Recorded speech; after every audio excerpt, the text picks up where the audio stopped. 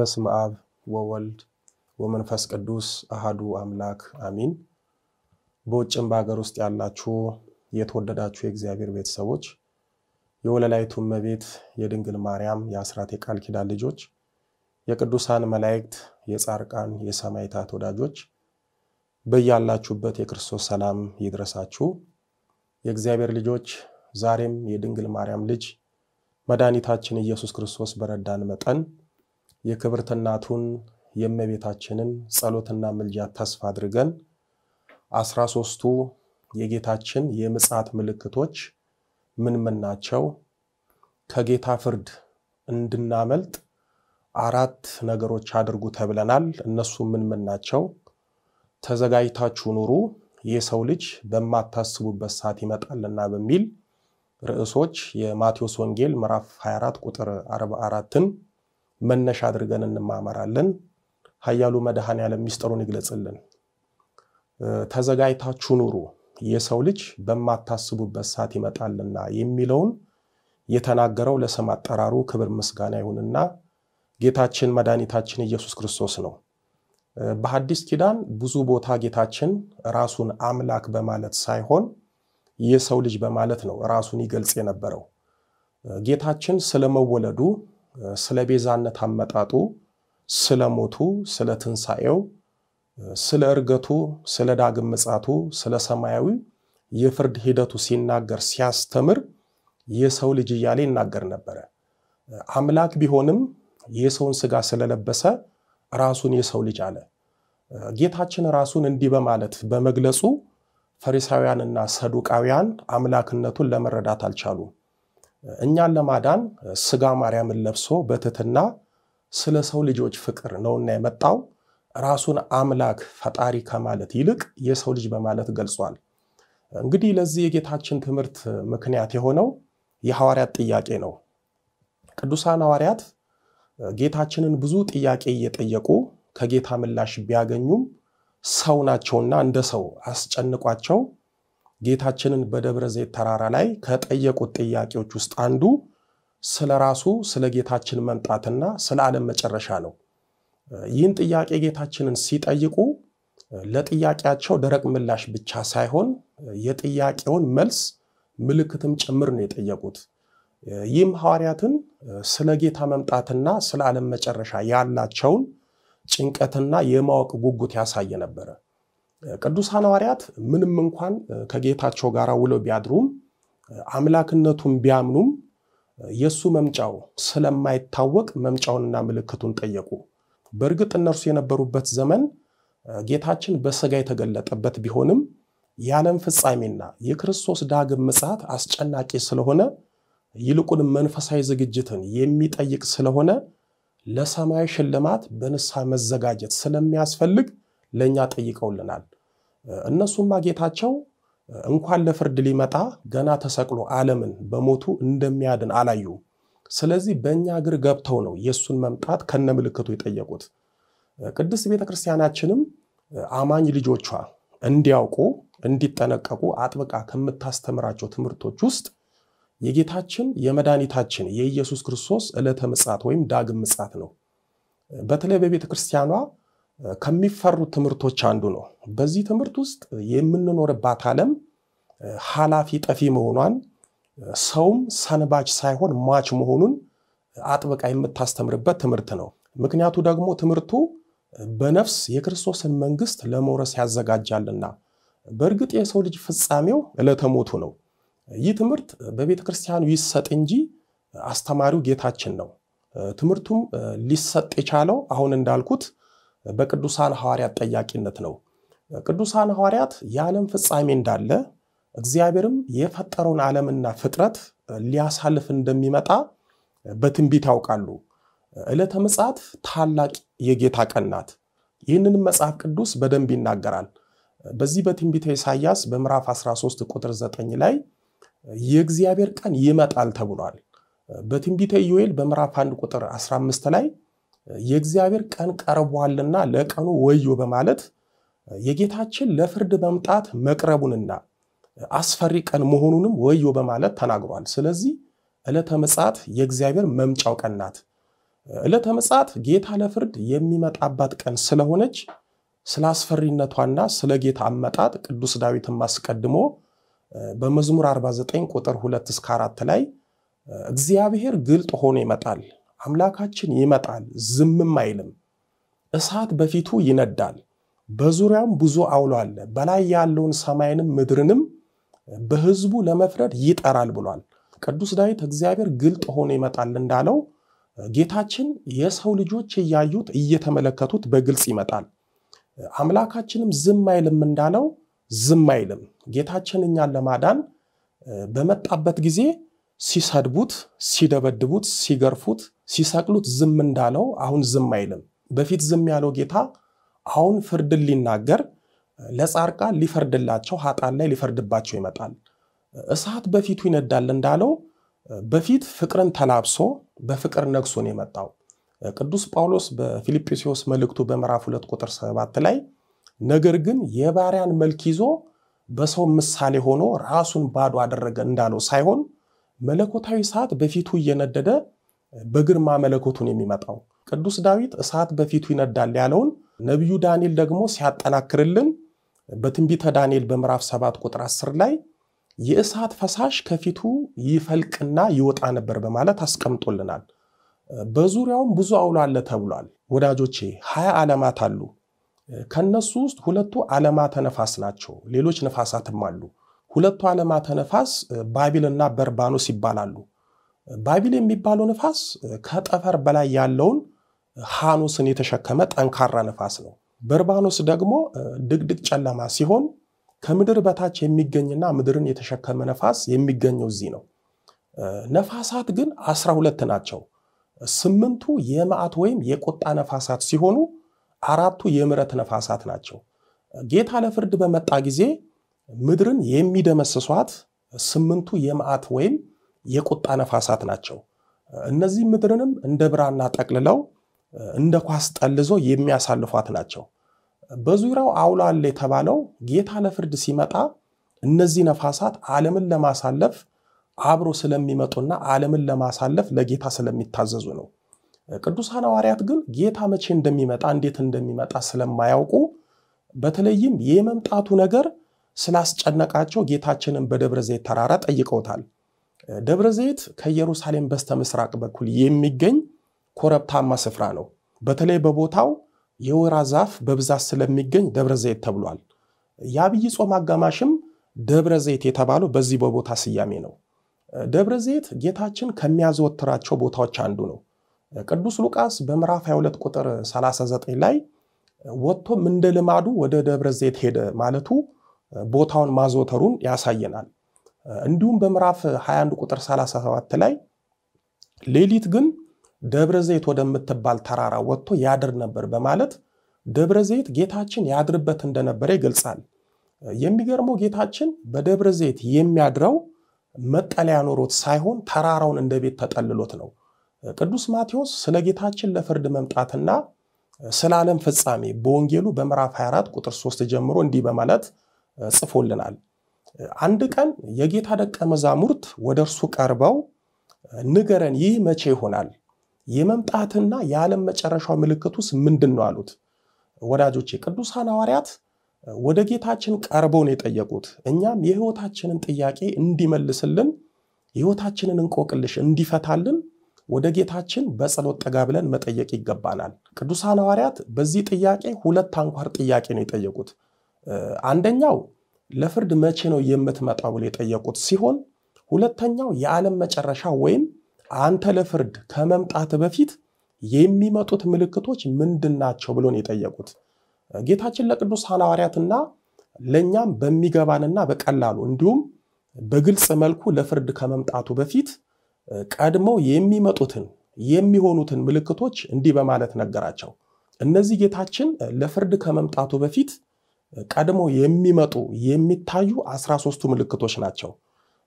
አንደኛ ብዙዎች እኔ ክርስቶስ ነኝ እያሉ በስሜ ይመጣሉ፣ ብዙዎችንም ያስታሉ ብሎ ምልክቱን ነገራቸው። ይህ ጌታችን የተናገረው ምልክት ሐዋርያት እንዲሰሙ እኛ ደግሞ እንድንጠነቀቅበት ነው የነገራቸው። ዛሬ ከወደ ምዕራባውያን ክርስቶስ ነን በማለት የተነሱትን በዘመናችን አይተናል። ሁለተኛው ምልክት ጦርንም የጦርንም ወሬ ተሰሙ ዘንድ አላችሁ ይህ ሊሆን ግድ ነው ብሎ መደንገጥ እንደሌለባቸው ነገራቸው። ይህም በዘመናችን ተፈጽሞ አይተናል እያየንም ነው። ጦርንም የጦርንም ወሬ ተሰማላችሁ ያለው ጦርነትን መገዳደልን በጦርነት እርስ በርስ መተላለቅን ለማለት ነው። ይህ ምልክት ደግሞ ተፈጽሟል። ምሩቅ አስኪደን በሀገራችን ስንት ጦርነቶችን አየን። በጦርነት እርስ በርሳችን ተፋጀን። ጦርንም የጦርንም ወሬ ተሰማላችሁ እንደተባለው ይሄው ጧት ማታ ዜና ብለን የምንሰማው የራሳችንንና የየሀገራቱን ጦርነት ነው። ጦርነት ሞት ዜና ሆኖ ተሰማላችሁ ስለተባል እየሰማን ነው። ሶስተኛው ምልክት ህዝብ በህዝብ ላይ መንግስትን በመንግስት ላይ ይነሳል ያላቸው ነው። ይህ ምልክት በዘመናችን ተፈጽሟል። አንዱ ህዝብ በአንዱ ህዝብ ላይ አንዱ ብሔር በአንዱ ብሔር ላይ በተለያየ ምክንያት እየተነሳ ሀገራዊ ቅርጽ እያዘ አፋጅቷል እያፋጀ ነው። አንድ መንግስት በአንድ መንግስት ላይ እየተነሳ በእነሱ ምክንያት ህዝብ ያልቃል ይተላለቃል። በአሁን ሰዓት ዓለምን እያሰጋትና ለታላቅ እልቂት እያዘጋጃት ያለው መንግስት በመንግስት ላይ መነሳሳት ነው። አራተኛው ምልክት ረሃብ ነው። ይህም ተፈጽሟል። በሀገራችንና በዓለማችን በሚሊዮን የሚቆጠሩ ሰዎች በረሃብ ይሰቃያሉ። ረሃብ ሲባል የእህል ረሃብ ብቻ ይመስለናል።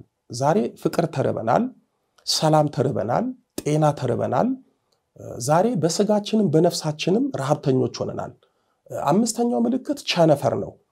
ቸነፈር ማለት አጣዳፊ መቅሰፍት፣ ተላላፊ በሽታ፣ ተስቦ ወረርሽኝ፣ እልቂት፣ መቅሰፍት ማለት ነው። ቸነፈር ደግሞ በዘመነ ኮሮና በደንብ አይተነዋል። ስድስተኛው ምልክት የምድር መናወጥ በተለያየ ስፍራ ይከሰታል የተባለው ነው። ይህም በደንብ እየተፈጸመ ነው። የመሬት መንቀጥቀጥ በአሁን ጊዜ ከመቼውም በበለጠ ቀድሞ ባልሆነና ሰምተን በማናውቀው መልኩ በአስደንጋጭ ሁኔታ ለሀገራት ስጋት በየሀገሩ ለብዙ ሺዎች እልቂት እና ሞት እንዲሁም ንብረት መጥፋት ለመፈናቀል ምክንያት እየሆነ ነው። የመሬት መንቀጥቀጡን ሳይንሱ ይህን ያህል ሬክተር ስኬል እያለ ደረጃ እያወጣለት ሳይንሳዊ ምክንያትና መላምት ቢሰጥበትም የመሬት መንቀጥቀጥ የጌታ ምጽአት ምልክት ነው። ሰባተኛው ብዙ ሐሰተኛ ነቢያትም ይነሳሉ ብዙዎችንም ያስታሉ ያለው ነው። ዛሬም አንዳንዶች ከመቼውም ጊዜ በበለጠ ያለ መንፈስ ቅዱስ ሿሚነት በራሳቸው ስጋዊ ፍላጎት ነብይ ነን በማለት ለብዙዎች የመሰናከያ ዓለት በሞላ ይገኛሉ። ስምንተኛው ከአመጻ ብዛት የተነሳ የብዙ ሰዎች ፍቅር ትቀዘቅዛለች ያለው ነው። ይህ ሁሉ ፍጻሜ የሆነችው ፍቅር በእኛ አመጽና ኃጢአት ምክንያት ቀዝቅዛለች ብቻ ሳይሆን ከአብዛኞቻችን ከዓለማዊም ከመንፈሳዊም ሰው ጠፍታለች። ፍቅር በአሁን ሰዓት ስሟ ብቻ ነው የቀረው። ዛሬ ፍቅር ማደሪያዋ ከሆነች ከአባቶች ከመንፈሳዊ ሰዎች ልብ ወጥታ ትንገላታለች። ከክፋታችን የተነሳ ፍቅር ማረፊያ አጣች። በመንፈሳዊ ሕይወታችን እርስ በርሳችን ፍቅር የለን። በትዳራችን ፍቅርና ክብር የለን። እናትና አባት ከልጆቻቸው ጋር ፍቅር የለ። ልጆች ከቤተሰቦቻቸው ጋር ፍቅር የለ። ፍቅር ከሰዎች በተለይም ከመንፈሳዊ ሰዎች ሕይወት ስትቀዘቅዝ ስትደበዝዝ የጌታ የምጽአት ምልክት እንደሆነች ማንም አላስተዋለም። ቅዱስ ጳውሎስ በአንደኛ ቆሮንቶስ በምዕራፍ 13 ቁጥር 2 ላይ ትንቢት ቢኖረኝ ምስጢርም ሁሉና ዕውቀትን ሁሉ ባውቅ ተራሮችንም እስካፈልስ ድረስ እምነት ሁሉ ቢኖረኝ ፍቅር ግን ከሌለኝ ከንቱ ነኝ ብሏል። ዛሬ ብዙዎቻችን በመንፈሳዊ ሕይወታችን ዕውቀት አለን ግን ፍቅር ስለሌለን እንደ ቃሉ ከንቱ ነን። እምነት አለን ግን ፍቅር ስለሌለን ከንቱ ነን። አብዛኞቻችን መንፈሳዊ ማዕረጉና ስልጣኑ አለን ፍቅር ግን የለንም። ስለዚህ ከንቱ ነን። ቆቡ ካባው መስቀሉ ያላቀማችን የተሸከምነው ለዛውም የማንሰራበት ተግባራችንን የማይገልጸው የማዕረግ ስሙ አለን ግን ፍቅር የለንም። ስለዚህ ከንቱ ነን። ያለ ፍቅር ያለ ንስሐ ያለ ይቅርታ የምንጸልየው ጸሎት የምናቀርበው መስዋዕት የምንፈጽመው አምልኮት ከንቱ ነው። ቅርብ የሆነው እግዚአብሔር እንደ ሰማይ የራቀን እኮ ፍቅር ስለሌለን ነው። አባቶቻችንን የተለመነው እግዚአብሔር ከኛ የራቀው ፍቅር አተን ነው። ዛሬ እርስ በርሳችን ፍቅር በማጣታችን አይደል ወንድም ወንድሙን በአሰቃቂ ሁኔታ የሚገለው። የቤተክርስቲያን አገልጋዮችና አባቶች በአንዲት ቤተክርስቲያን እያገለገልን የተለያየ ነው ፍቅር ስላጣን አይደል። ያለ ፍቅር መንፈሳዊነት ከንቱ ልፋትና ጸጋቢስነት ነው። ዘጠነኛው ምልክት በዚያን ጊዜ ለመከራ አሳልፈው ይሰጧቸዋል፣ ይገድሏቸዋል። ስለ ስሜ በሐሳብ ሁሉ የተጠላችሁ ትሆናላችሁ ያለው ነው። ዛሬ ኦርቶዶክሳውያን ለመከራ እየተሰጡ ነው፣ እየተገደሉ ነው። በአሕዛብም ዘንድ አይተን ሰምተን በማናውቀው መልኩ እየተጠላን ነው። ስለዚህ ይሄ ሊያስደንቀን አይገባም። የኛ ኦርቶዶክሳውያን መጠላት፣ መሞት፣ መገፋት የጌታችን የምጽአት ምልክት ነው። ይህ ይሆን ዘንድ ደግሞ ግድ ነው። 10ኛው ምልክት ለአሕዛብ ሁሉ ምስክር እንዲሆን ይህ ወንጌል በዓለም ሁሉ ይሰበካል፣ በዚያን ጊዜ መጨረሻው ይመጣል አላቸው። ይህ ወንጌል አልሰማንም ብለን እንዳንክድ በየቤታችን በማህበራዊ ሚዲያ በዩቲዩብ፣ በፌስቡክ፣ በቲክቶክ፣ በቴሌግራም፣ በዋትስአፕ፣ በቴሌቪዥን፣ በስልካችን ወዘተ ለፍርድ እንዲመች እየሰማን እየተሰበከን ነው። 11ኛው ምልክት በዚያን ጊዜ ከዓለም መጀመሪያ ጀምሮ እስከ ዛሬ ድረስ ያልሆነ እንግዲህ ከቶ የማይሆን ታላቅ መከራ ይመጣል ያላቸው ነው። ይሄ ደግሞ እጅጉን አስፈሪና አስደንጋጭ ነው። ምክንያቱም ይመጣል የተባለው መከራ ዓለም ከተፈጠረች ጀምሮ ታይቶም ተሰምቶም የማያውቅ ነውና ይሄ ምናልባት ሀገራት ጅምላ ጨራሽ መሳሪያዎችን ስለታጠቁ በእነሱ በኩል የሚመጣ ሊሆን ይችላል። ምክንያቱም ዓለምን ሊያጠፋ በሚችል ጅምላ ጨራሽ መሳሪያዎችን ለመተኮስ እየተፋጠጡ ብዙ ሀገራት አሉና ሀያላን ሀገራት አሁን ባላቸው በፖለቲካ መተናነቅ በጅምላ ጨራሽ መሳሪያ ለመተላለቅ ብዙ ጠቋሚ ነገሮች አሉና ወይም ዓለም አይታ የማታውቀውን የተፈጥሮ አደጋ ልታስተናግድ ትችላለች። ለምሳሌ ሱናሚ፣ ኃይለኛ ዝናብ የቀላቀለ ነፋስ ሃሪኬን የሚሉት፣ ነውጠኛ ነፋስ የሚሉት ቶርኔዶ፣ ብቻ አሁን የሰው ልጅ ባለው ቴክኖሎጂ ሊቋቋመው የማይችለው የተፈጥሮ አደጋ ሊሆን ይችላል። አሊያም ራሱ ጌታችን እንደ ኖህ ዘመን አይነት ከዛም የባሰ መከራ ሊያመጣብን ይችላል። በአጠቃላይ ከዓለም መጀመሪያ ጀምሮ እስከ ዛሬ ድረስ ያልሆነ እንግዲህ ከቶ የማይሆን ታላቅ መከራ ይመጣል ስለተባለ የሚመጣውን የሚያውቀው ባለቤቱ ጌታችን ብቻ ነው። 12ኛ የጥፋት ርኩሰት በተቀደሰው ስፍራ ቆሞ ስታዩ ብሎ ለዛው አስተውሉ የሚል ማሳሰቢያና ማስጠንቀቂያ አብሮ ተናግሯል። ዛሬ የተቀደሰችው ስፍራ በተባለችው በቅድስት ቤተክርስቲያናችን ደጅ የክፋት ርኩሰት ቆሞ እናያለን። ዛሬ በተቀደሰው ስፍራ የሚቆሙ ዘማውያን፣ ሌቦች፣ ጉበኞች፣ ዘረኞች፣ ዘራፊዎች፣ መተተኞች፣ አጋንንት ጎታቾች፣ የአምልኮት መልክ ያላቸው ግን አምልኮት የሌላቸው ቅጥረኞች፣ የስልጣን ጥመኞች ቆሟል። እነዚህ ሰዎችና እነዚህን ጥፋቶች በተቀደሰው ስፍራ ስታዩ ለዛውም ጌታችን አስተውሉን ያለው። ስለዚህ ዛሬ የጥፋት ርኩሰት በተቀደሰችው ስፍራ በቅድስት ቤተክርስቲያናችን ላይ ቆሞ ስታዩ የጌታ ምጽአት ምልክት እንደሆነ አስተውሉ። 13ኛው ምልክት ሐሰተኞች ክርስቶሶች ይነሳሉ ያለው ነው። ይህም ተፈጽሟል። ከወደ ምዕራባውያን እኔ ክርስቶስ ነኝ ብለው የተነሱ እና ብዙ ህዝብን ያሳቱ ነበሩ። የወለላይቱ እመቤት ልጆች ጌታችን ለቅዱሳን ሐዋርያት ከዛሬ 2000 ዓመት በፊት በትንቢት መልክ የነገራቸው ዛሬ ሁሉም ተፈጽሟል። እስኪ ጌታችን ከተናገረው ውስጥ የቀራለ የለም፣ ካለም የጌታችን መምጣት ብቻ ነው። በዚያን ጊዜ መጨረሻው ይመጣል እንዳለ ጌታችን ደግሞ ይመጣል። ጌታችን የምጽአቱን ምልክት በቅዱሳን ሐዋርያት በኩል ለኛ ከነገረን በኋላ ምልክቱን ብቻ ሳይሆን የምጽአትንም ምልክት ስናይ ምን ማድረግ እንዳለብን ነግሮናል። እነዚህም ከጌታችን ፍርድ እንድናመልጥ አድርጉ የተባልነው 4 ነገሮች ናቸው። እነሱም አንደኛ የትምህርታችን ርዕስ የሆነው ነው። ይህም ተዘጋጅታችሁ ኑሩ፣ የሰው ልጅ በማታስቡበት ሰዓት ይመጣልና በማለት መምጫውን በመንፈሳዊ ዝግጅት እንድንጠባበቅ ነግሮናል። ጌታችን ተዘጋጅታችሁ ኑሩ ብሎናል። ስለዚህ እንዴት ነው የምንዘጋጀው የሚለውን ማየት ተገቢ ነው። በመንፈሳዊት ዝግጅት የምንለው ለነፍስ ማሰብ ነው። በሚያሳዝን ሁኔታ አብዛኞቻችን ሕያዊት ዘላለማዊት ለሆነችው ነፍሳችን አናስብም። የምናስበው የምንጨነቀው ጊዜያዊ ለሆነው ስጋችን ነው። ዝግጅታችን ስለ እውነት ቀላል ነው። ለብዙ ዓመታት የሰራነውን ኃጢአት በአንዲት ዕለት በንስሐ ማራገፍ ነው። የትኛውንም በደልና ኃጢአት ብንሰራ ኃጢአታችን እግዚአብሔር ከሰጠን ከንስሐ በላይ አይሆንም። እግዚአብሔርም በንስሐ ይቅር የማይለን አንዳችም ኃጢአት የለም። ደስ የሚለው በቤተክርስቲያናችን አንድም ኃጢአት ከንስሐ በላይ የሆነ የለም። ሁሉም ኃጢአቶች ከንስሐ በታች ናቸው። የእግዚአብሔር ምሕረትና ቸርነት ከኃጢአት በላይ ነው። የኛ ኃጢአት የደም ጠብታ ነው። የእግዚአብሔር ቸርነት ከውቅያኖስ በላይ ነው። የደም ጠብታ የውቅያኖስን ውሃ እንደማያደፈርሰው ሁሉ የኛም ኃጢያት የእግዚአብሔርን ቸርነት አይበልጥም። እስኪኛ ለንስሐ እንዘጋጅ። እግዚአብሔር የሚያደርግልንን የቸርነቱን የፍቅሩን ሥራ እናያለን። መዘጋጀት ማለት ንስሐ መግባት፣ የበደሉትን መካስ፣ የቀሙትን መመለስ፣ የተጣሉትን መታረቅ፣ ቂም የቋጠሩበትን ልብ በይቅርታ መፍታት፣ በጾም በጸሎት በስግደት ተግተን በመጨረሻም ቅዱስ ሥጋውንና ክቡር ደሙን መቀበል ነው። ይህን ካደረግን የክርስቶስን ሰማያዊ መንግስት ለመውረስ ዝግጁ ነን ማለት ነው። ቅዱስ ዮሐንስ በአንደኛ ዮሐንስ በምዕራፍ 2 ቁጥር 28 ላይ ልጆች ሆይ በሚገለጥበት ጊዜ እምነት እንዲሆንልን በመምጣቱም በእርሱ ፊት እንዳናፍር በእርሱ ኑሩ ብሎ አደራ ብሎናል። ስለዚህ ጌታ ፊት እንዳናፍር በንስሐ እንኑር። ጌታ ፊት እንዳናፍር ቅዱስ ቁርባን እንቀበል። ጌታ ፊት እንዳናፍር ተዘጋጅተን እንኑር። ጌታችን ሊፈርድብን ሳይሆን ሊፈርድልን፣ ሊኮንነን ሳይሆን ሊያጸድቀን፣ ሰማያዊ የክብር ዋጋችንን ሊሰጠን ከፈለግን በንስሐ ተዘጋጅተን እንጠብቀው። ሁለተኛው ጌታችሁ በምን ሰዓት እንደሚመጣ አታውቁምና እንግዲህ ንቁ ብሎናል። ወዳጆቼ ጌታችን መቼ እንደሚመጣ አይታወቅም። አንዳንዶች አፋቸውን ሞልተው ዕለታቱ፣ ክስተቱ፣ ነገሮቹ ሲገጣጠሙ ጌታ ሊመጣ ነው ይላሉ። አንዳንዶቹም በቃ መጣ የሚሉም አሉ።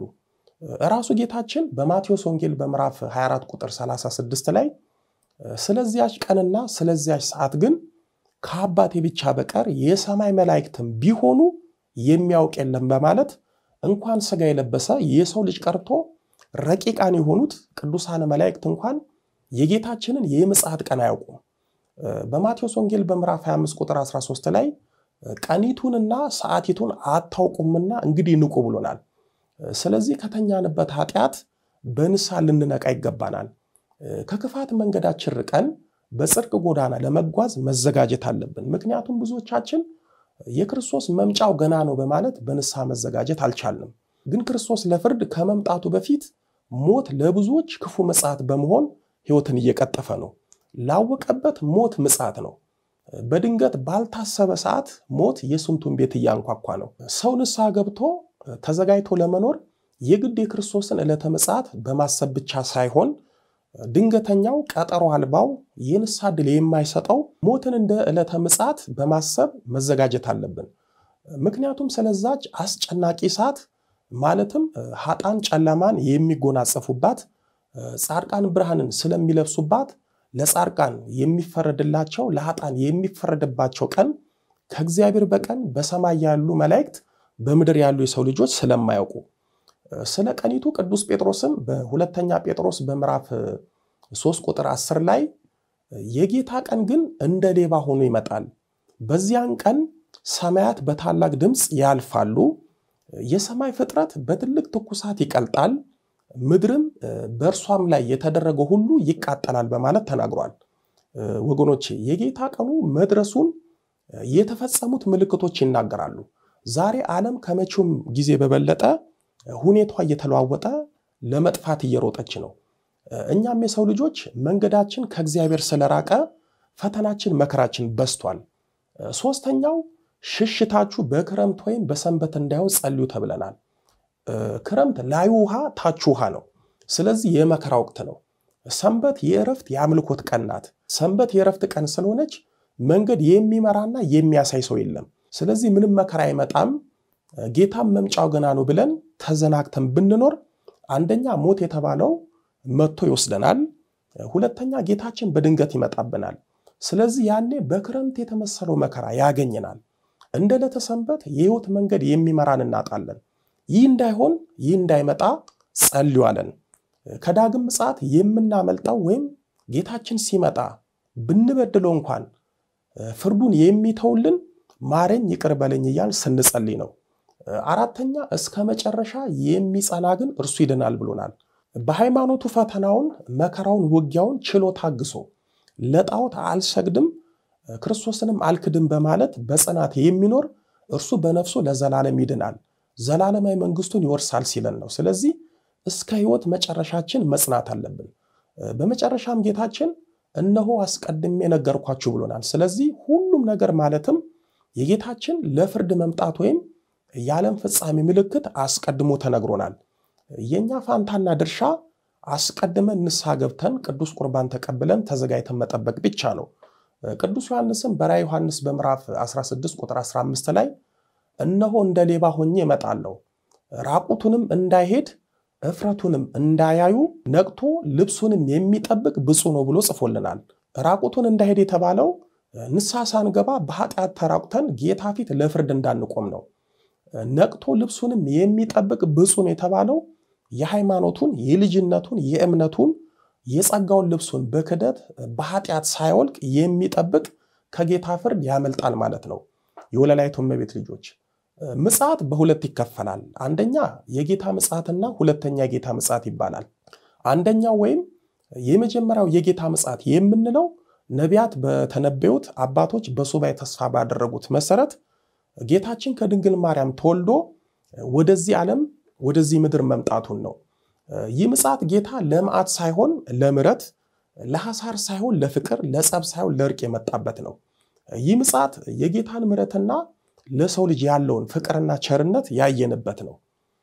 ይህ ምጽአት የጌታን ፍርድ ሳይሆን የፍቅር መንገድ አሳይቶናል። ይህ ምጽአት እኛ የሰው ልጆች የዳንበት ነው። ይህ ምጽአት በሰይጣን ያጣነውን የልጅነት ክብር ያስመለሰልን ነው። ይህ ምጽአት ስለኛ ፍቅር ከግርፋት እስከ ሞት ዋጋ የከፈለበት ነው። ይህ ምጽአት ስጋውን የቆረሰበት ደሙን ያፈሰሰበት ነው። በዚህ ምጽአት ከክርስቶስ ጋራ በእናቱ በእመቤታችን በድንግል ማርያም በኩል በስጋ የተዛመድንበት ነው።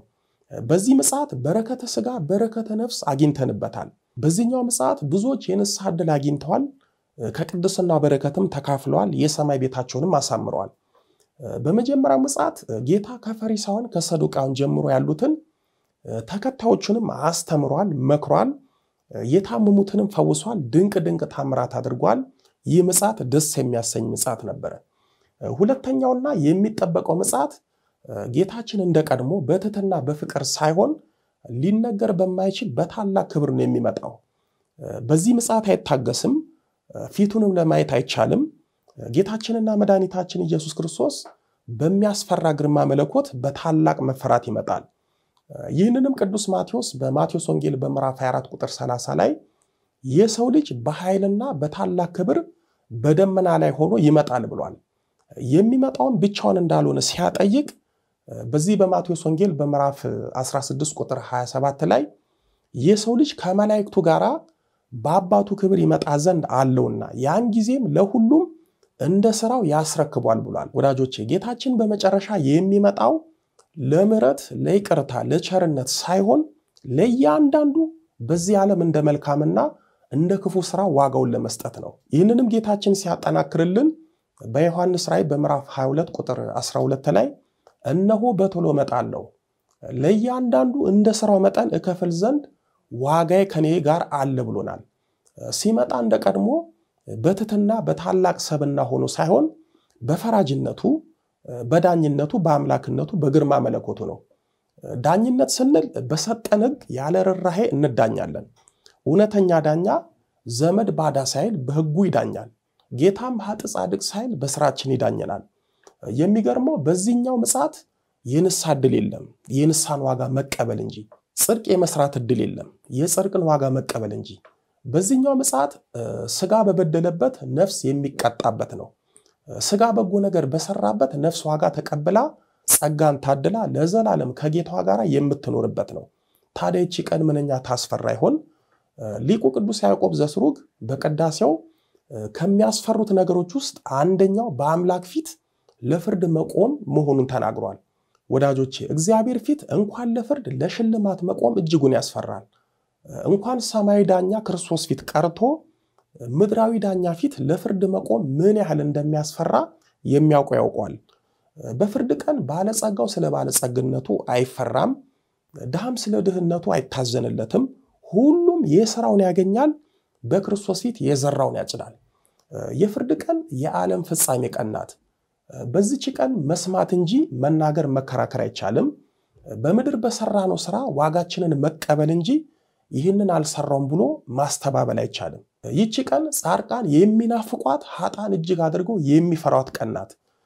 ይህች ቀን የምንኖርባት ዓለም እንደ ብራና ተጠቅልላ የምታልፍባት ቀናት ወይም የዓለም ፍጻሜ ቀናት። በፍርድ ቀን እናት ልጇን አባት ልጁን ልጅ እናትና አባቱን አያድንም። የሚያድነን በእምነታችን የሰራነው የጽድቅ ስራችን ነው። በዚህች ቀን ሙታን ይነሳሉ። ምድር የተሰጣትን አደራ ለጌታ ታስረክባለች። እውነተኛ ይግባኝ የሌለው ፍርድ ይከናወናል። የእግዚአብሔር ልጆች ጌታ ሲመጣ ምን ይዘን እንጠብቀው ይሆን? ከጌታ ምጽአት በፊት ሞት ሲቀድመን በነፍሳችን ምን ይዘን እንሄድ ይሆን? ከጌታችን ዘላለማዊ ፍርድ የትኛው ጸሎታችን ነው የሚያስመልጠን? የትኛው የጽድቅ ስራችን ነው የሚያድነን? በፊቱስ ምን ይዘን እንቆም ይሆን? ወዳጆቼ እዚህ ምድር የሰራነውን ስራ ነው በሰማይ የሚቆየን። እዚህ የሰራነውን ነው እዛ የምናገኘው። እዚህ ያልሰራነውን እዛ አናገኝም። በቀላል ምሳሌ ልንገራችሁ። አብዛኞቻችን የባንክ አካውንት ከፍተን በባንክ ገንዘብ እናስቀምጣለን። በባንክ የምናስቀምጠው ገንዘብ አንድ ቀን ለችግር አሊያም ለምንፈልገው ነገር እንድንጠቀምበት ነው። በባንክ ገንዘብ ያስቀመጠ ሰው ባንክ ሄዶ ገንዘቡን መቀበል ይችላል። ነገር ግን አንድ ሰው በባንክ ገንዘብ ሳያስቀምጥ ባንክ ሄዶ ገንዘብ ስጡኝ ማለት አይችልም። ምናልባት ያላስቀመጠውን ገንዘብ ስጡኝ ቢል ትርፉ ከባንክ በዘበኛ እየተገፋ እየተዳፋ መውጣትና በሕግ ተጠይቆ መታሰር ነው። እኛ በዚህ ምድር ያስቀመጥነው የሰራነው በጎ የጽድቅ ስራ ካለን ንስሐ ገብተን ቅዱስ ቁርባን ከተቀበል ከጌታችን ዘንድ ዘላለማዊ ዋጋችንን እናገኛለን፣ እንቀበላለን። ነገር ግን በዚህ ምድር ስንኖር የጽድቅ ስራ ካልሰራን ንስሐ ካልገባን ቅዱስ ቁርባን ካልተቀበል በባንክ ያላስቀመጥነውን ገንዘብ እንውሰድ ብለን ስንሄድ ዘበኛው እንደሚያባረረን ሁሉ የጌታ መላእክትም ከጌታ ፊት በማባረር ወደ ዘላለማዊ እሳት በመጨመር ዋጋችን መንግስተ ሰማያት ሳይሆን የዘላለም እሳት ይሆናል። ይህች ቀን ጌታችን ሕጉን ትእዛዙን አክብረው በተሰጣቸው ዕድሜ በጎ ነገር ሰርተው ላለፉት ለተገኙት የማታልፍ መንግስተ ሰማያትን የሚያወርስበት ቀን ነው። ለኃጥአን ማለትም ንስሐ ሳይገቡ ነፍሳቸውን ኃጢአት ሲቀልቡ ለኖሩት ፍዳና ገሃነመ እሳትን የሥራቸው ዋጋ አድርጎ ይከፍላቸዋል።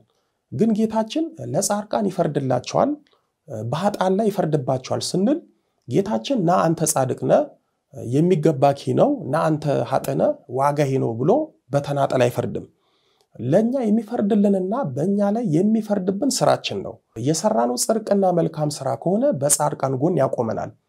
ስራችን ኃጢአትና ክፋት ከሆነ በኃጥአን ጎራ ያሰልፈናል። ጌታችን በማቴዎስ ወንጌል በምዕራፍ 25 ቁጥር 31 እስከ 33 ላይ የሰው ልጅ በክብሩ በሚመጣበት ጊዜ ከእርሱም ጋራ ቅዱሳን መላእክቱ ሁሉ በዚያን ጊዜ በክብሩ ዙፋን ይቀመጣል። አሕዛብም ሁሉ በፊቱ ይሰበሰባሉ። እረኛም በጎቹን ከፍየሎች እንደሚለይ እርስ በርሳቸው ይለያቸዋል። በጎቹን በቀኙ ፍየሎቹን በግራው ያቆማቸዋል ቢልም የሚለየን ወገኖች ስራችን ነው።